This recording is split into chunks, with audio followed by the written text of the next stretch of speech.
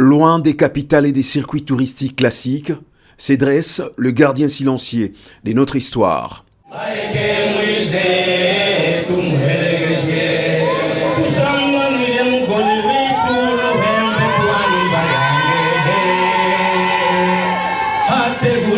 Ici, plus qu'un musée, c'est un sanctuaire où dialogue la puissance ancestrale des chefs coutumiers et des rigueurs de la muséographie moderne.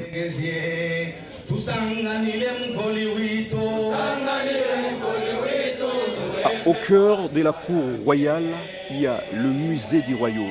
Ici, on garde tous les objets de valeur, tous les objets symboliques, le vestige du royaume. Vous allez ensemble découvrir avec nous. Oui, il y a certainement les objets des Bayékés, mais aussi les autres frères africains qu'on garde ici. Ensemble, Disco, ramène, on va voir ce qui se passe à l'intérieur.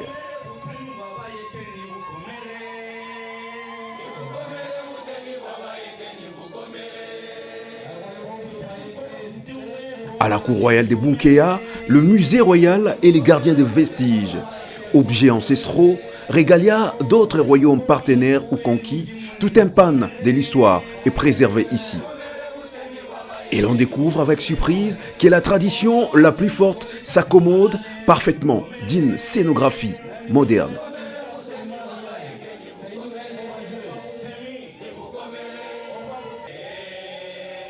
Tout est mis en valeur, ordonné, protégé derrière ces vitrines. La tête des lions, symbole d'autorité, côtoie le peu de justice et les masques au secret bien gardés.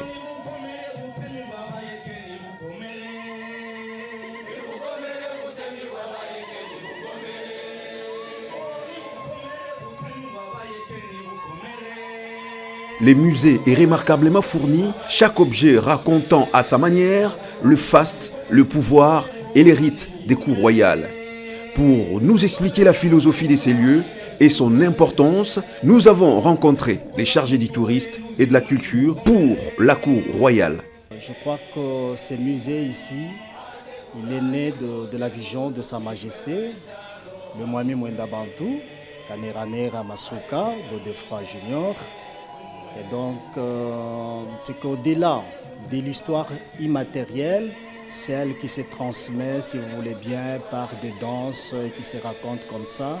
Et donc, il a plu à Sa Majesté de pouvoir, dans sa vision bien entendu, de pouvoir créer un musée dans lequel serait gardée l'histoire matérielle de Bayéké, en commençant par le Bayéké bien entendu, et puis aussi l'histoire de certains frères de la RDC et même de l'Afrique, quoi. De toute façon, ce ne sont que de représentations sociales. Ça vient de telle tribu, d'un tel clan, et que tout ce que vous voyez comme de masques là, ça a des messages dans chaque tribu.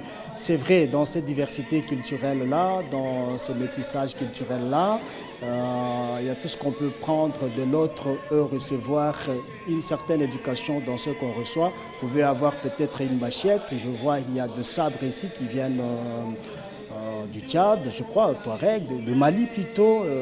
Voilà, ce sont des symboles des hommes forts, des guerriers, de moyens de défense, et que c'est là aussi, chez le Bayéké, s'il y en a eu par exemple des armes à feu, nous on a utilisé des armes à feu, et donc vous voyez, il y a nous qui avons utilisé les armes à feu, vous allez trouver que chez les autres, peut-être qu'ils n'ont pas utilisé des armes à feu, ils ont utilisé un autre outil, ou un autre instrument, ou un autre moyen de défense, et tout ça, dans cet ensemble-là, dans le vivre ensemble, je ne vois pas qu'il y ait assez de problèmes, quoi.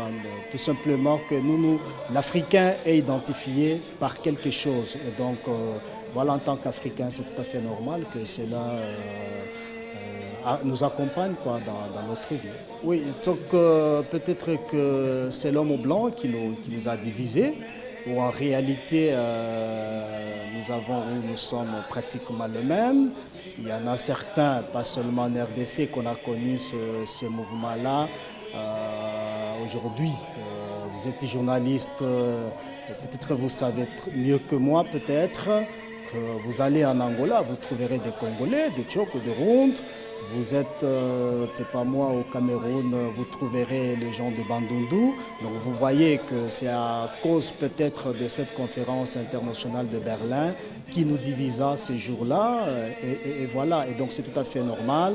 Et pour ce qui est le cas du Bayéké, ne l'oublions pas, le Mwami, il est aujourd'hui le président d'honneur. Il était le président ou le chairman, le président de tous les rois africains. Et donc, quand vous voyez certains objets qui sont ici, dans la salle où nous retrouvons, ça vient de différents cadeaux lors de différentes fêtes de trône, beaucoup plus saints, que tous ces homologues rois qui viennent du Ghana, Côte d'Ivoire, Cameroun, Bénin, Tchad, ils viennent voir leur homologue qui est notre roi, Sa Majesté.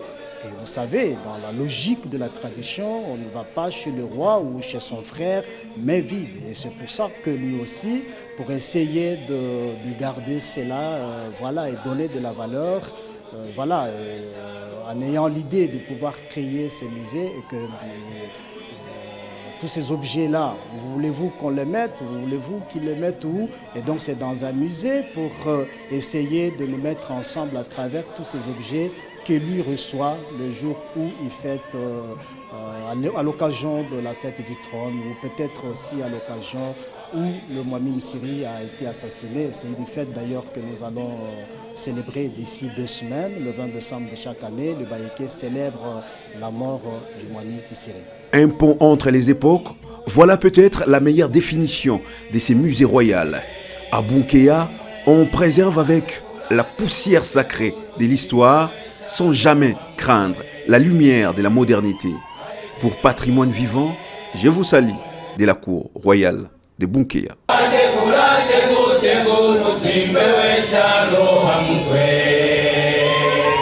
Ayeke